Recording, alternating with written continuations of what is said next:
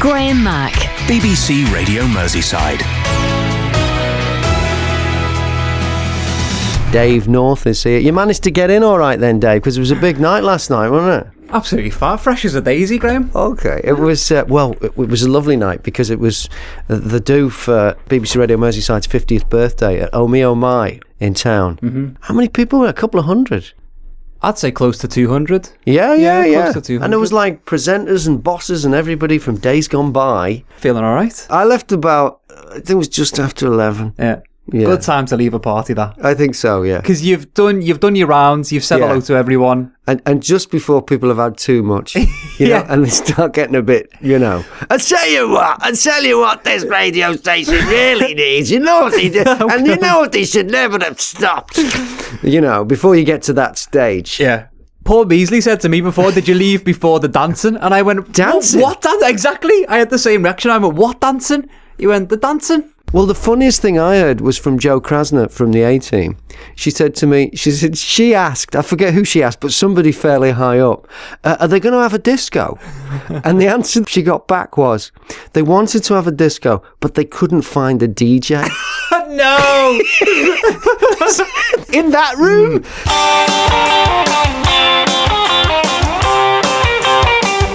House guests from hell. June in Toxteth, you've had one. Oh yes, it's my brother John. Your brother? Now, how do you get on with your brother? Oh, fine. He's right. He's living in Wales at the moment. He's a real fan of Radio Merseyside. Oh, great. Has been all the time. He was in the Navy. Right. So he was why was he the house guest? The house guest from hell. The ship came into Liverpool. Yeah. And he turned up. We had a pub out in Council Farm, and he turned up with all the shipmates, which was good custom for us, like Bob. You know, we brought loads of shipmates. Yes. And he got that drunk that my husband put into bed. Right, poured him into bed. Put him into bed, yeah. And when we got up the next morning, he'd rolled all the fitted carpets up in the flat we had above the pub and rolled them all up in the corner. And he not only did that, but when we woke up, he put himself in bed with me and my husband. So wait a second, just back up. Why did he roll up all the fitted carpets? I think he was moving house and he was in the Navy, and maybe it was something in his drunken state. He was thinking about moving house. I haven't got a clue, but we never ever got the carpet straight again. And then he climbed into bed with you and your husband? He did, yeah. He's obviously lost his way, hasn't he, on the way back from the toilet or something? He lost his way years ago. He's only just coming back.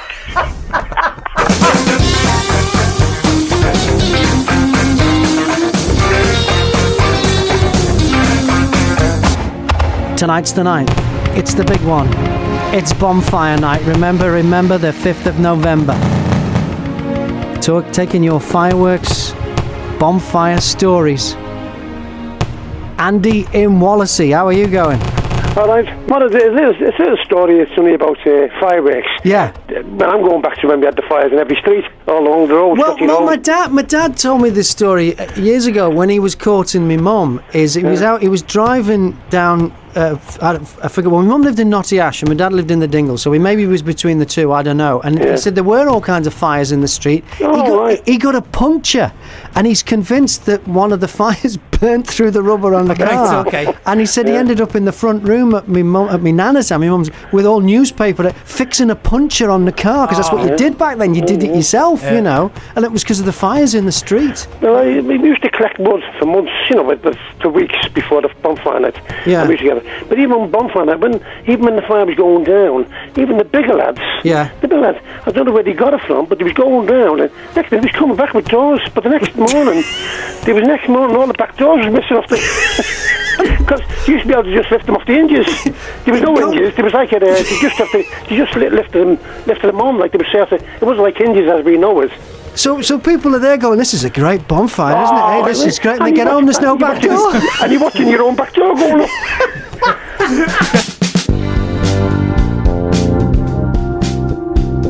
How's this story from Singapore Airport? It hardly makes sense. There's a baggage handler there. He's been accused of swapping the tags on bags and sending them to the wrong destinations. He's been charged with mischief, and he's done this supposedly with hundreds of bags.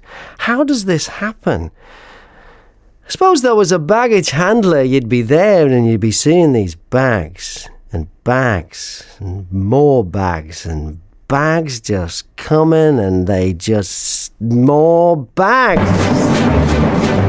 Thousands of bags. All different colours. Soft-sided, hard-sided, Rockland, Samsonite, Pierre Cardin, American Tourist, Athlon, Travel Pro, Briggs & Riley, United Colours of Benetton. Bags. More bags. The bags never stop. It's the bags. You could go crazy. One day, to make things interesting, you take a tag off a bag headed for London, you send it to Lisbon. How'd you like that, bags? Barcelona bag. Well, that's going to Baghdad, that bag. An Edinburgh case gets a tag replace, and that Highland fling does a Singapore sling and goes to old Beijing. Bags. Ha ha ha. Graham Mack, BBC Radio Merseyside. What are those things that you notice that are different when you go abroad? A bloke on Twitter's had a meltdown because he's discovered that Americans don't do dippy eggs. In fact, they don't even know what egg cups are. They only do hard-boiled eggs. Now, I lived in New Zealand for a long time and came up against quite a few cultural differences. I worked on a construction site, oil refinery in the North Island called Marsden Point. And I worked on the shutdown. And there were all kinds of people worked on this job. There were like 2,000 guys on the site at any one time. And as a taxi driver once said to me when he found out I worked at Marsden Point, he said, every bad egg in New Zealand is on that job. And people had come from all over the country to work on this site because there was so much work. This is the early 80s. And you never know when you're on a site whether you're dealing with someone who's all right or someone who's got maybe a more colourful past, someone who's maybe been to prison a few times, or you just don't know. And I worked on the shutdown, and it was really late at night in the winter. I think it was about 2 a.m. and it just started raining. So I went in a shed to shelter from the rain. And the foreman was in the shed, my foreman. And he said to me, mate, how's your bot? And I was terrified. It turns out in New Zealand, bot is what they call when you've got a cold. And I had a cold, and I'd had one the night before, and I was whining to him about it, and he wanted to know how it was. Graham Mack, BBC Radio Merseyside. Barbara's in Halewood. How are you, Barbara? I'm fine, thank you, Graham. What's your fancy dress story? Well, there were 6 of us going over to Hessel to a fancy dress. And we had one of these great big old cars, that has like a couch in the back of Morris, Oxford or Cambridge or something. Yeah. Right, we're approaching the slip road for the tunnel, and the car broke And what are you dressed as? Well, I'm a nun. Right. My husband's a cardinal. My friend is a French maid. Right. My brother-in-law's a paratrooper. This sounds like the start of the most politically incorrect joke ever. There was this nun, this cardinal, this paratrooper in the back of this car. My sister's a punk with a green wig on and a black plastic bag for a dress. Right. And to complete it, my friend's husband went as Jimmy McJimmy off Russ Abbott. Right, so with the swale and kilt and the bright red hair. Yes. So we're on the slip road for the tunnel. And you're all in the same car? Yeah, it was a big Morris Oxford. So we're approaching the tunnel, and my brother-in-law says, something wrong with the car. And we all went, oh, get lost, you. And he said, no, there's something wrong with the car. So he pulls into the slip road, and my husband's saying, we're going to get a big fine for this, we're officially in the tunnel, oh my God. Well, the Jeep comes through with the tunnel police on. Yeah. And they said, you'll all have to get out the car. Right. So at the time we all got out, but we didn't know whether he was doing it for a laugh. Anyway, we all got out the car. My brother-in-law shouting at my sister because a black plastic bag has rode up at the back of her at the back. So she's showing all her underwear. Right. All the drivers going through it all honking their horns. Of course. Right. He's shouting and bawling at her, effing and jeffing at her. So anyway, the tunnel police sent for another Jeep. Right. They towed us through the tunnel. And they took us to a garage. So we only needed fuel. Anyway, when we got to the You garage, mean that was the problem with the car? It ran out of fuel. it ran out of fuel. It's like a scene from Only Fools and Horses, isn't it? Because the fuel gauge on the car was faulty. He thought he had fuel. Okay. So we went to this garage, showed us this garage, and my brother-in-law puts the fuel in. But Jimmy McJimmy decides he wants to go and pay. Right. Yeah. So all the lads are all in the bay, the repair bay. And as he's walking to the pay point, you can see all these mechanics all like spinning round and laughing and pointing. And it was honestly, going to the party was better than being at the party. Graham Mack, BBC Radio Merseyside. Hattie's here. We're talking about cultural differences. It's amazing, isn't it, that we all live on the same planet, but things like Americans have never even heard of egg cups. I know. I think I'm sure I remember a lady ringing the programme because it was things that aren't this. We were talking about, things you take abroad from home. Yeah. The woman said, I always take my own pillows because the pillows are never good enough when I go on holiday. And I was like, really? That takes up a lot of your suitcase. Well, it's really weird because I met Julie in New Zealand. So I was having to deal with all what I thought were the oddities of New Zealand. But then we moved back here in 1997 and she had to deal with the things here. So it was like, it was in reverse. Yeah. And the other thing was, she uses things that I say thinking they're English, not realising they don't translate to other parts of the country. Like we were in Bournemouth once and a woman looked at her sideways because Julie said, we've got a good spec here. She'd heard me say it and thought, well, that must be what they say in England. No, we only say that round here. So she gets confused now and again. The tea is definitely a big thing. Tea's a big thing. You cannot get a good cup of tea abroad. And I know everyone, even if you've just had the most amazing holiday, when you get back, you're like, I can't wait for a good cuppa. But in France, the milk tastes funny.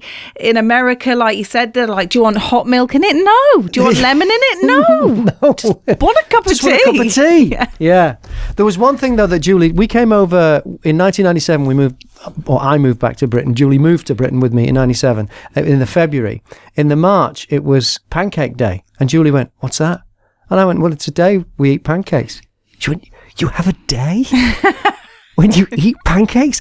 This is the most amazing country in the world. What a brilliant idea.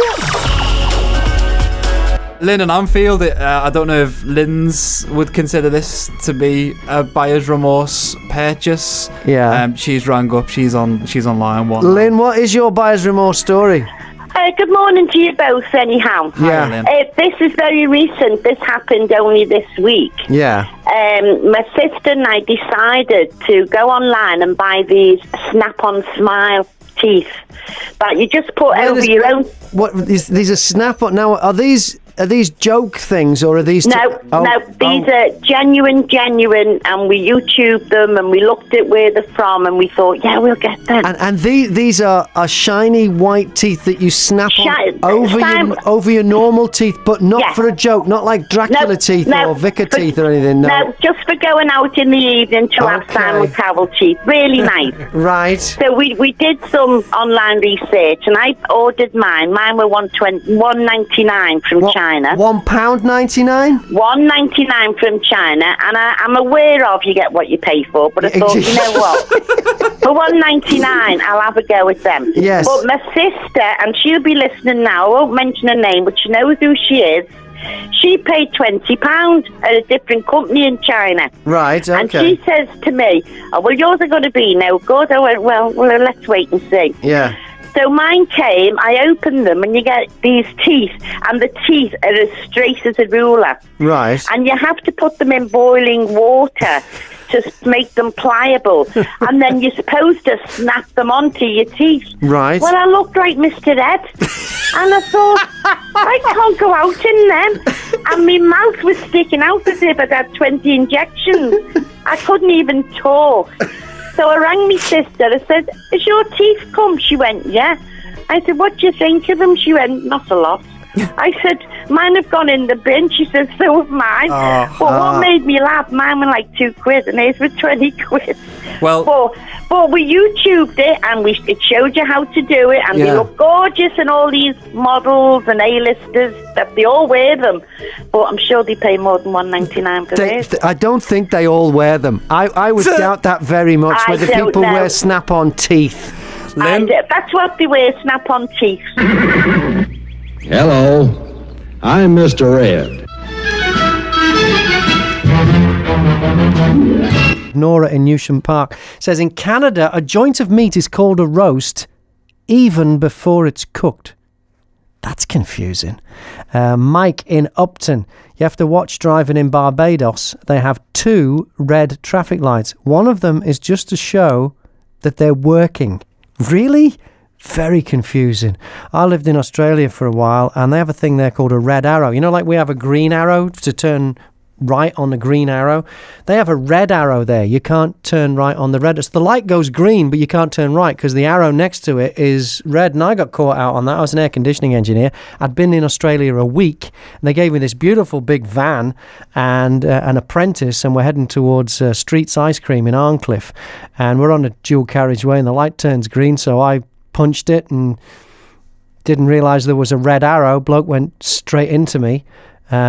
He's jumping around and claiming he's got whiplash, and an ambulance shows up and takes him away. He was fine, but, you know, he was taken away by an ambulance. Then the cops show up. I said, you got here quick. They said, yeah, we're on our way to identify a body at the morgue at the Royal North Shore Hospital. We saw this and we thought we'd check it out. So they wrote me a ticket for turning right on a red arrow, and then they were gone, and then the van was towed to the smash repairs place, which is what the Australians call panel beaters, and I had to ring the boss. And I remember ringing him and said, John James. I said, Johnny, you're sitting down. He said, yeah, mate, why? I said, I've bumped the van. He says, oh, jeez, how bad is it? I said, well, I'm no expert, but I'm pretty sure it's written off. He's like, oh, jeez. He says, was there anybody else involved? And I said, yeah. He said, let me talk to the other driver. I said, well, you can't. He's gone to the hospital. And he's like, he's gone to the hospital? I said, yeah. He said, did the cops show up? I said, yeah. He said, well, let me talk to the cops. I said, well, you can't. They've gone to the morgue. He thought I'd killed the apprentice. Today is special because Henry Ford was born on this day in 1863. In Dearborn, Michigan. He was, of course, the founder of the Ford Motor Company. Now, Henry was known for promoting anti-Semitism. Yeah, that's true. He had a newspaper called the Dearborn Independent, and he wrote a book called The International Jew.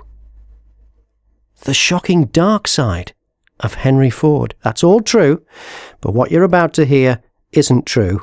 It's a good story, though, about how some Jewish brothers got one over on the anti-Semite Henry Ford. It was a sweltering hot August day in 1937 when the 3 Cohen brothers entered the posh offices of Henry Ford. The eldest brother, Norman Cohen, said, we have an invention that will revolutionize the automotive industry. The youngest brother, Max, said, if you don't buy the rights, we're going to take it to your competitors. They asked Henry to come outside and sit in their car. They started it up and told Mr. Ford to push the white button on the dashboard. Henry Ford pushed the button, and all of a sudden, a whoosh of freezing cold air started blowing out of the vents all around the car. After a few minutes, the inside of the car was cool and comfortable. Well, Henry Ford said, how much do you want for the patent? And the middle brother, who was called Lowe, said, the price is $1 million. Then he paused, and there's something else. The name Cohen Brothers Air Conditioning must be stamped right next to the Ford logo. Well, Henry said, look, money's no problem, but there's no way I'm having a Jewish name next to the logo on my cars. Well, they haggled back and forth for a while, and finally they settled on 5 times the price, $5 million. But the Cohen's name would be left off. As a compromise, it was agreed that the first names of the Coen brothers would be written on the console of every Ford air conditioning system from then on. And that's why, even today, whenever you get into a Ford vehicle, you'll see the names of the three brothers clearly printed on the air conditioning control panel. Norm, Low, and Max. Graham Mack, BBC Radio Merseyside. I'm talking about the existence of a fourth dimension where stuff goes missing and then it shows up again. Now, Debbie, in Broad Green, what's your story? Right, my husband used to work in Ford's Jaguar. Yeah. And one day he was took these gloves off. They wear the gloves to clean the hands. He was in the tool room at the time, and he just couldn't. His ring had gone. He said, "Oh, it's gone in one of the gloves." This is another one. Was it a wedding ring? It was a wedding ring. So this is another story of the fourth dimension is attracted to wedding rings. It just collects them. I don't know what it does with them, and then it brings them back. So his wedding, he took his gloves off to wash his hands, and his wedding ring's not there, and he doesn't know what's going on now. No, he just hunted round everywhere for this wedding ring. Yeah. So in the meantime, because they didn't turn up, and they thought, they'd had it like, 25, 30 years. Yeah. So I was quite upset. So I bet. I went out and bought another one. Yeah. Which isn't quite the same. Right. And 6 months later, he came home with this ring. The original ring. The original ring. It's actually, these gloves are like recycled. Yeah. And recycled and recycled. You can imagine how many work gloves there are. Yeah. In a factory that big. Yeah. And he actually put this glove on. Yeah. And there was the ring. No, hang on. Now, he put this is just a random pair. So he decides another. So, hang on. After he'd washed it, so he takes the original pair of gloves off. He washes his hands. Did he put those gloves back on? No, they go in the. I see. When you take them off, they go to get cleaned to be used again. Recycled. Yeah. Right. So, and then, how long later? 6 months. 6 months later, he puts on just a random pair of gloves, and they have the ring in them. Yeah. There is no way. The chances. There's no way that's the same pair of gloves. It's been in the. It's. Hello. What's your name? I'm Alan. Alan, there's no way that you've put on the same pair of gloves. Honestly, it's true. It's true to this day. See, I think it's more likely that the ring has been in a fourth dimension than. How many pairs of gloves? How many? There's thousands. Because there's got to be. Because how many people work at Hale Wood there? How many? At the time, there was about 2,500, 3,000 people. Right. So there's probably double that amount of gloves because there's one lot being washed as well as another lot being worn. That's so true. we could be talking like around figures of around about 5,000 to 1 odds of you putting the same pair of gloves on. Yeah, incredible. There's no way you've put the same pair of gloves on. It's just incredible, isn't it? I'm telling you, this wedding ring's been in the fourth dimension and there's a portal inside. Goodness me. Graham Mack, BBC Radio Merseyside.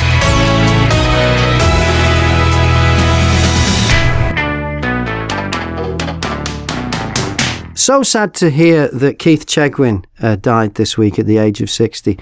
I met him and interviewed him a few times, and I wish I'd kept the photos of us together and the audio of our chats. I know I used to have some, and I don't know why I haven't kept them. Maybe it's because, well, Keith wasn't what you'd call an A-list celebrity. In 1980, when I was 16 living in Great Sankey, I went out with a girl called Julie Chegwin. And I was really impressed when she told me she was Keith Chegwin's cousin. When I first met Keith in 2005, he told me he doesn't have a cousin called Julie. I was the program director at a radio station on the south coast at the time called 2CR, and we put on a charity night at Bournemouth Pavilion to raise money for a local children's hospice, Julia's House. And we needed a host for the event, and I don't know how Keith's name came up, but we called him, and when he found out why we were raising money, he agreed to do it for free. And he was brilliant. He was funny and charming, and he even sent himself up. 12 years earlier, he'd revealed he was an alcoholic in a live TV interview on This Morning.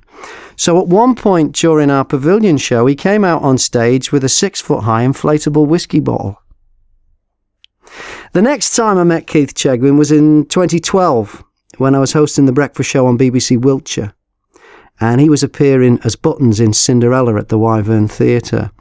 And I interviewed him a couple of times on the radio show, and he was a total pro.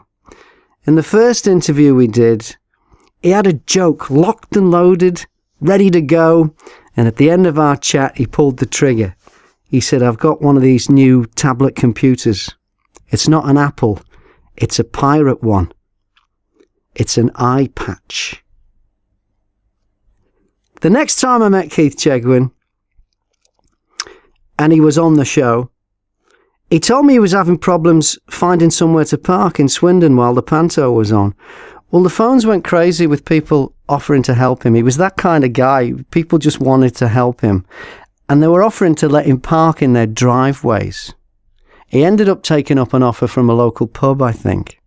So, I remember Keith Chegwin for 5 things. Number 1, he was so beloved that at least one person pretended to be related to him.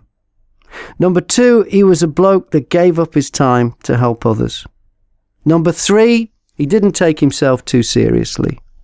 Number 4, he was funny. And number 5, and above all, Keith Chegwin was just likeable.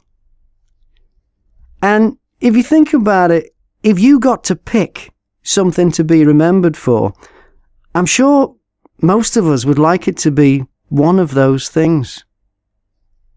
Keith Chegwin will be remembered for all 5. So for me, that made him a 5-star celebrity. And that's way better than being A-list.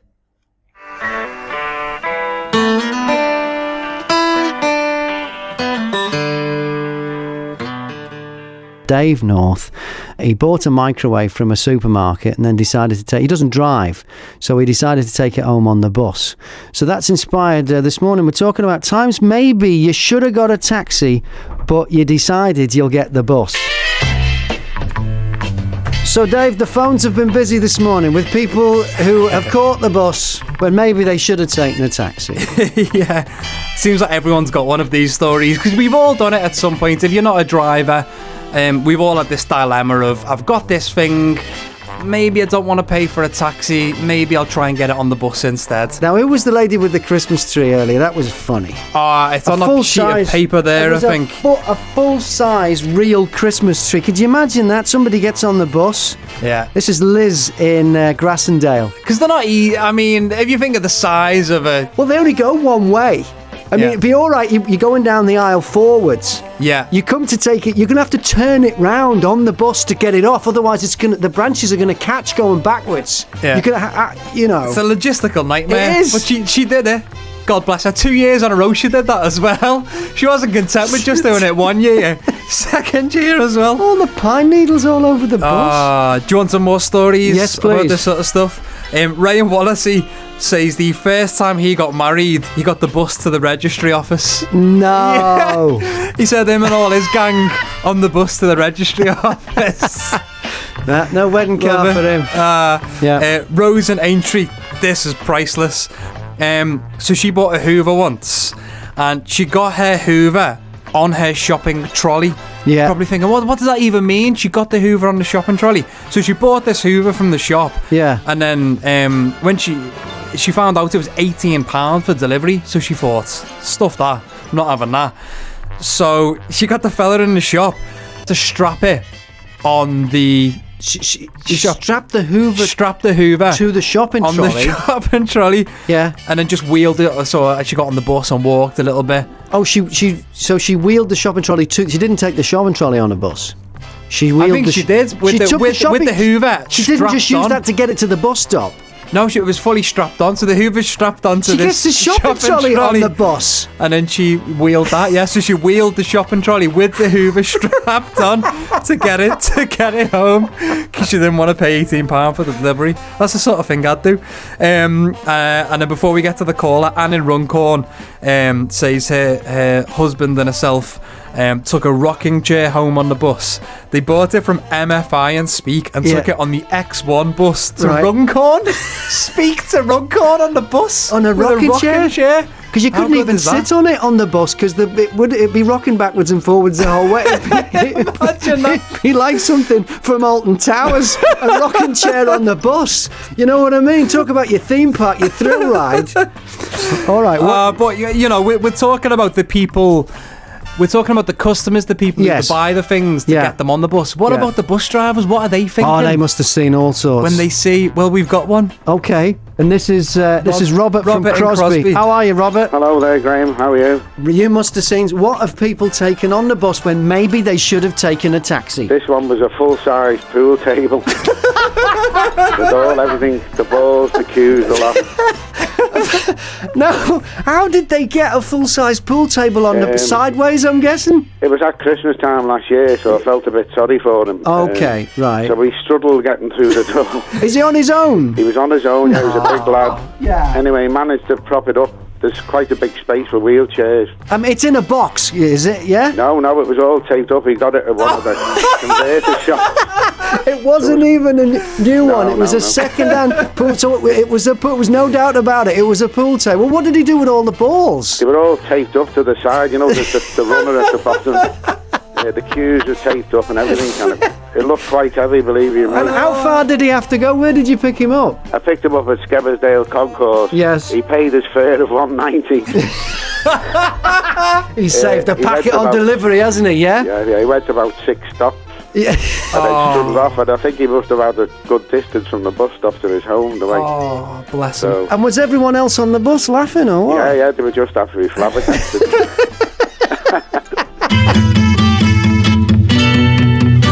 Hunter Davies is an author, journalist and broadcaster, and he's probably most famous for writing the only authorised biography of the Beatles.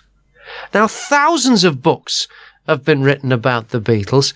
How come you got permission to write the only authorised one? I asked. Very simple. I'd been to interview Paul in 1966 when Eleanor Rigby came out, and I was doing a column in the Sunday Times called Atticus. It's still going, but it's a different sort of column today. And I wanted Paul to tell me where the words came from. Who was Eleanor Rigby? How had he thought about it? Because I thought the words were... I actually said I thought it'd be the best poetry, that's the lyrics of Eleanor Rigby, would be the best poetry of 1966, as if I know anything about poetry. So I interviewed him, and I did the piece. And then 6 months later I went to see him again, because I'd written this novel, Hugo and the Mulberry Bush, which is becoming a film, and we hoped Paul would do the theme tune. He did a few theme tunes. So I went to see him with a different hat on this time. I was now a script writer. And he never wrote the music. But at the end of that chat, I said to him, why isn't there a proper hardback biography of the Beatles? This is 1966. If it's properly done for the rest of your life, and people ask you the same dopey question, such as why the Beatles spelt that silly way, why have you got that funny haircut, you can say it's all in the book. And he thought it was a good idea. And then he sat me down and helped me write a letter to Brian Epstein, their manager. I went to see Brian, and we agreed. And in this meeting in 66, in his house in Belgravia, he offered me and my agent a clause in the contract we'd never asked for, had never thought of, and that was words to the effect that he would give no access to the Beatles for 2 years after my book came out. So we're talking in 1966. The book came out in 1968. 2 years later was 1970. And in 1970, as you know, the Beatles were no more. They split up.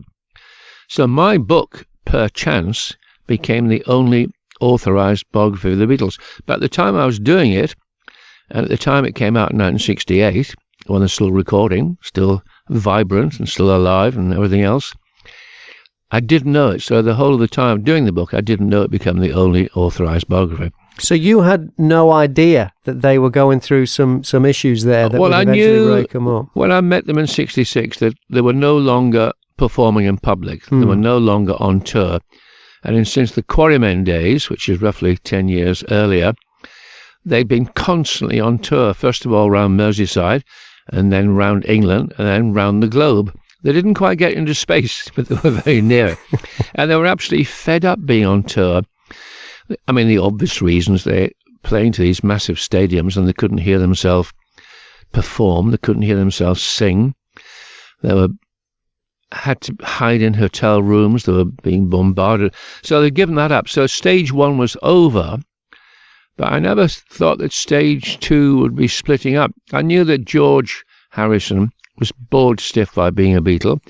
He didn't want to talk about it. He wanted to talk about Indian mysticism and religion. John was in his own little world. His marriage to Cynthia was on the rocks, really, but he didn't know what to do next. Only Paul was still in love with being a Beatle, in love with recording. They came together for Sgt. Pepper, and it was brilliant. But I could see, but I never thought they would split up. I never thought it would end in acrimony and suing each other. I thought, today, as we speak, I thought they'd be like the Rolling Stone, still staggering around the globe, performing now and again. Well, your biography of the Beatles, with it being the only authorised one, to get the authorisation from everyone involved, there must have been things that the Beatles, their management and their families and friends that you spoke to, there must have been things that they made you take out. What are some of the things you weren't allowed to put in the book? Nothing was taken out. Nothing was censored. They all read it, and Brian Epstein didn't read it because he was dead. But I didn't. I talked about the drugs. That was all in, how they started taking drugs. I had lots of bad language. I had the F word. In 1968, that was pretty... How was John's Aunt Mimi about that? I had John telling the awful things he did at Quarry Bank, the awful things he did at school, stealing and everything else. But what happened was that Mimi, Aunt Mimi, who brought up, she got a hold of the proof and read it and said, I'm not having all this bad language. I said, I can't change John's language. I'm not having him stealing. I'm not having being awful. And I said, well, I can't change what is your worry? She said, John had a lovely childhood. He was as happy as the day was long. And that was roughly true until he became a teenager. So I then didn't take anything out. What I did was I put a couple of paragraphs in, quoting Mimi at the end of one chapter on John's childhood, saying that John was as happy as the day was long. So that kept her happy. So I didn't take anything out, but I didn't. There was sort of self-censorship because all four of them were in, as far as the world could see, and as far as I could see, they were all in good relationships. John wasn't, but he was married to Cynthia. Paul was engaged to Jane Asher. George and Ringo were happily married. So I didn't reveal all the appalling things that happened in the hotel bedrooms. I didn't explain what happened on tour. I didn't go into what groupies did. Now, everybody who was grown up in the 1960s knew about groupies. They knew what these rock and roll stars were up to, but I didn't spell it out. Nobody told me not to. I just thought, because of their relationship, and I got to know all their wives and families, I didn't need to go into that. So there was nothing censored by any of them, but I held back on that one. And alas, John, a few years later, said that my book was a whitewash because I didn't explain all the shenanigans in the hotel bedrooms. And I rang him up and said, John, you know it wasn't a whitewash. He said, oh, I'd just say anything. But it was true. I held back from what happened and what was written about and what John boasted about. John, in the end, went overboard. He described their life on the road and made it far worse and more dramatic, and so more appalling. then mostly it was boredom, travelling in aeroplanes and cars. Not a lot of fun.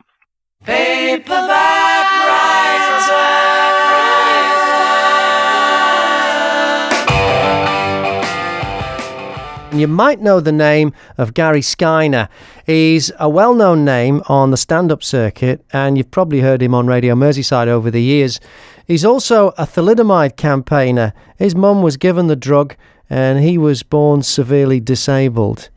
That's not held him back. Now he's telling his story in his brand new book, You Can't, You Won't. I asked him why he chose that title for the book. Purely and simply because if I had £1 for every time somebody has said during your life, you can't and you won't, including my own father, who sadly passed away now, but he was one of the biggest doubters of all there, and in a perverse sort of reverse psychology way, he was despair that drove me on, because he doubted me so much.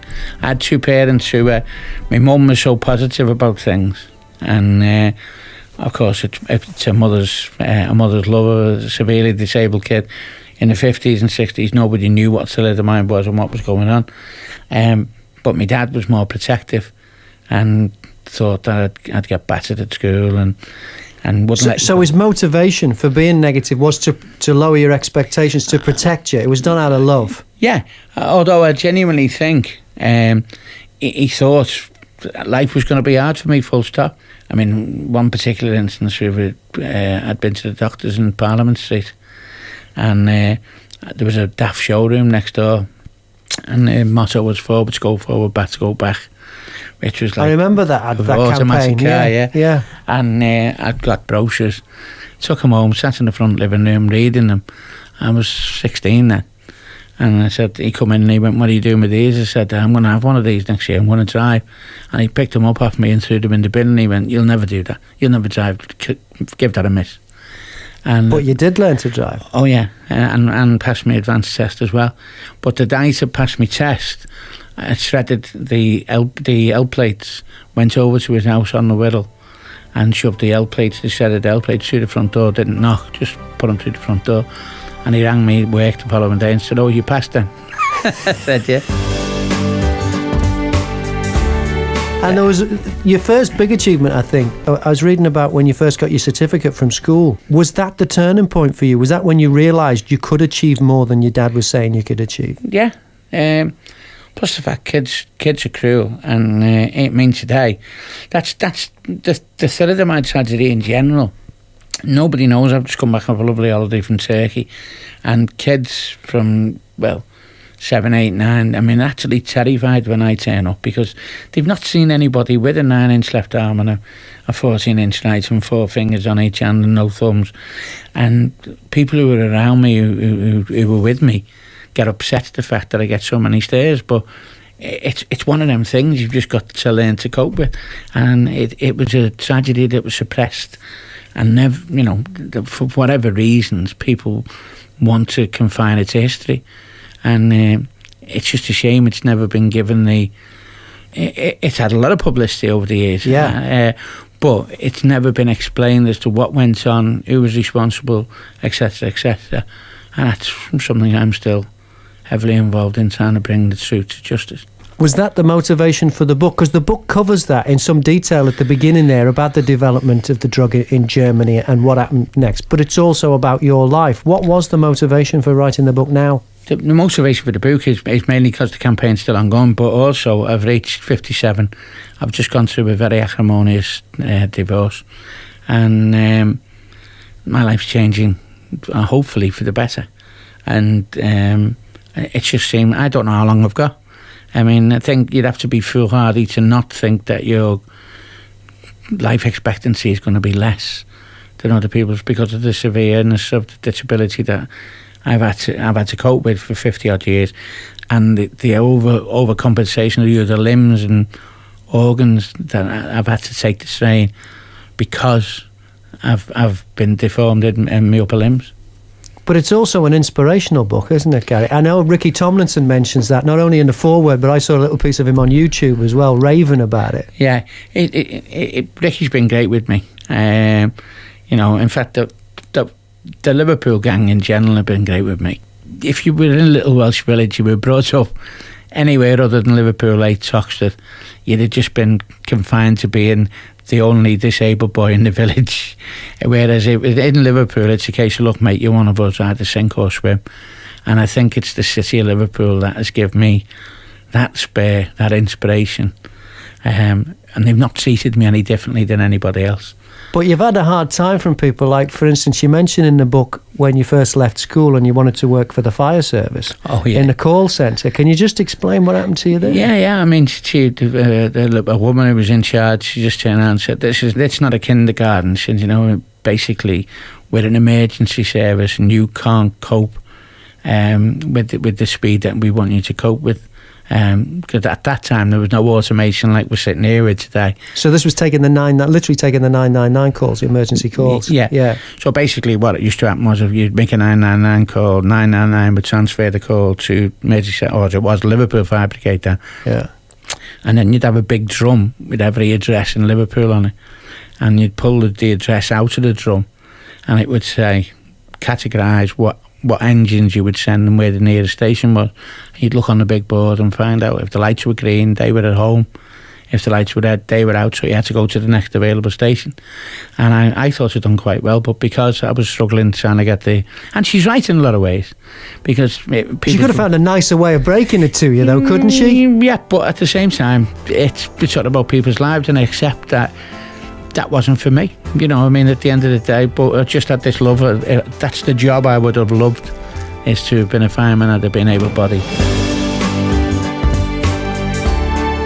I love the subtitle of the book, which is A Life of Unarmed Combat. Yeah. Which gives us a bit of a clue to where you ended up as a stand-up comedian in show business and comedy. How did that all get going? Well, just purely by chance. We were on holiday in Ibiza, and a fella sitting on the end of the pier, and I'm laughing and joking, and walk back with, I think I'd ordered about 12 drinks, and I've come back with a tray and managed to carry these 12 bottles of Carlsberg, whatever it was, and I've come back, and he's going, I can't believe what I'm watching with this fella. And he'd left his own family company and come and sat on the end of our company and was killing himself laughing at all the jokes. And he said to one of the lads, he said, I'm from the North East, I'm an agent from up north, make sure when you get back. And he said he definitely doesn't do that professionally. And I said, no, he's like that all the time. And he said, well, he's wasting a fortune, he needs to he's got a talent. In some ways, having your disability, did that make things easier for you, do you think? It did, because in my opening line, I mean, it was on the Jonathan Ross show, my opening line was, good evening, ladies and gentlemen, see what happens when you bite your nails. And the place fell apart. I mean, they with shortened upper limbs. It's an icebreaker. It's like, I can cope with whatever I'm saying, otherwise I wouldn't be saying it. So laugh with me, not at me. I'm Graham Mack, asking why today is special. And it's special because on this day in 1817, Mississippi became the 20th US state. I've been to Mississippi. Julie and I, we rented a car in Memphis, Tennessee. And we drove south along old Highway 61 through the Mississippi Delta, all the way to New Orleans. And we just stayed in Bates motels along the way. It was August, stinking hot. And Mississippi, the poorest state in the Union. We met some great people. We went to places mentioned in classic blues songs like Roseville, Jackson, and Clarksdale. And we went to the birthplace of bluesmen like Willie Dixon in Vicksburg and B.B. King in Indianola. And we went to the crossroads. According to legend, Robert Johnson was a young man living on a plantation. He wanted to be a great blues musician. He was told to take his guitar to the crossroads at midnight. It's the crossroads of Highway 61 and Highway 49. just outside Clarksdale. Well, that night, Robert was met by the devil. The devil took Robert's guitar, he tuned it, he played a few songs, and then he gave it back to him. When Robert played the guitar, he realized that now he had complete mastery of the instrument. He did a deal with the devil in exchange for his soul. Johnson was now able to create the blues that made him the most famous and most important bluesman of all time. On the day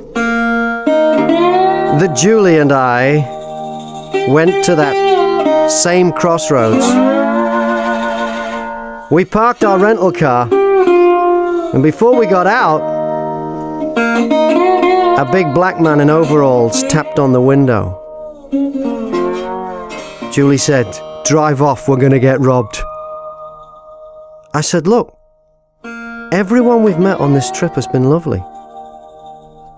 I'm going to find out what he wants." So I wound down the window, and the old man said, "Are you here for the blues?" I said, "Yes." He told me his name was Razorblade. He was a Vietnam veteran. He was working as a motor mechanic in Clarksdale. He mentioned having woman trouble and a couple of other things that weren't going right in his life. But he had a really positive vibe. He handed me a blank CD which had his name written on it in marker pen. It just said Razorblade. He said, "This is my band, Razorblade and the Deep Cuts." He told me to put the CD on the car stereo. He said if I liked it, I could buy it off him for $10. So we listened, and it was good. Obviously recorded at one of his gigs, and it was a homemade CD made on his computer or a friend's computer, I don't know. I gave him $20 and thanked him for giving us a story from when we went to the crossroads. Had we just done a deal with the devil in return for the blues? Well, I've still got that CD, and here it is now. This is Razorblade and the Deep Cuts from the CD I bought at the crossroads, and a song called Every Goodbye Don't Mean I'm Gone. This is one of our jobs. What is our trademark?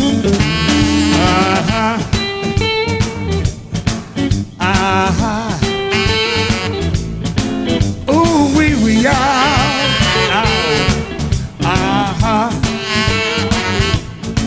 Black and Roosevelt. The story goes like this right here, y'all. Every morning, my wife wake up, she fix my breakfast and send me up to work.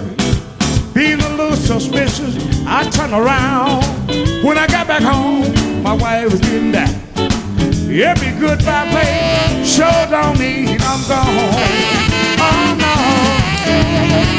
Every goodbye play sure don't mean I'm gone. Oh no. Every goodbye baby sure don't mean I'm gone. Oh no. All I'm trying to do, baby, keep another man out of my home. You gonna stand there, kid. You told me, baby, that you want a good man. You do what you want, I don't raise no shame. You said you was out with the girl, but I know now, baby, it's a man you was looking for. Every goodbye, baby, sure don't mean I'm gone. Oh no. Every goodbye, baby, sure don't mean I'm gone. Oh no. Every goodbye, baby, sure don't mean I'm gone. Oh no. All I'm trying to do, keep another man out of my home. Don't put your hand.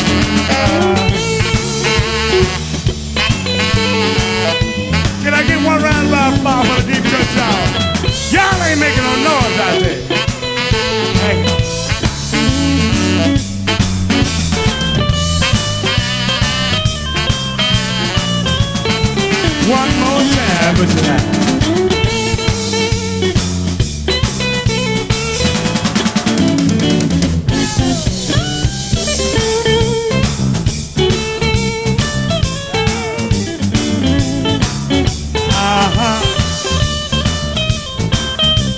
Come on, nail file. Come on, nail file. Oh!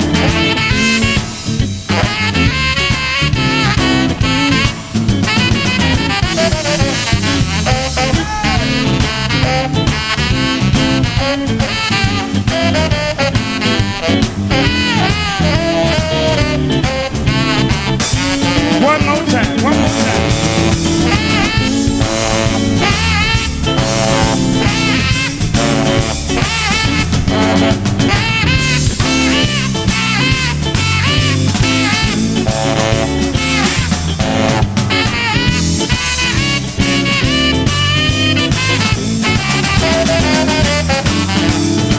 Every goodbye, babe, sure don't mean I'm gone. Oh, no. Every goodbye, baby, sure don't mean I'm gone. Oh, no. All I'm trying to do, baby, is keep another man out of my home. One more thing I want to tell y'all. Now listen. Now I know what you're all about. Should we stick together? Should I just walk on out? The love I have inside for you keeps me upset. I'm always feeling blue. Every goodbye, baby, sure don't mean I'm gone. Oh, no. Every goodbye, baby, sure don't mean I'm gone. Oh, no. Every goodbye, baby, sure don't mean I'm gone. Oh, no. Oh, I'm trying to do that. Keep another man out of my home. One more time, y'all. Every goodbye, baby, sure don't mean I'm gone. Oh, no. Every goodbye, baby, sure don't mean I'm gone. Oh, no. All I'm trying to do, baby, keep another man out of my home.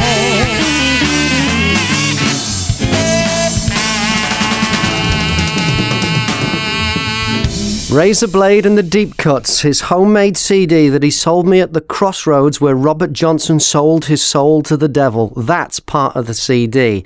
And I've looked him up on YouTube, and you can find him too. His name is Josh Razorblade Stewart. And there are videos on YouTube of him playing with his band, Razorblade and the Deep Cuts, in a blues club called Ground Zero. I don't even know where that was recorded. It was his homemade CD he sold me. And also, there is video of other people in rental cars that he's walked up to at the crossroads. So this is a regular way that he sells his CDs. So check him out if you can, if you get the chance on YouTube. Josh Razorblade Stewart. Graham Mack, BBC Radio Merseyside.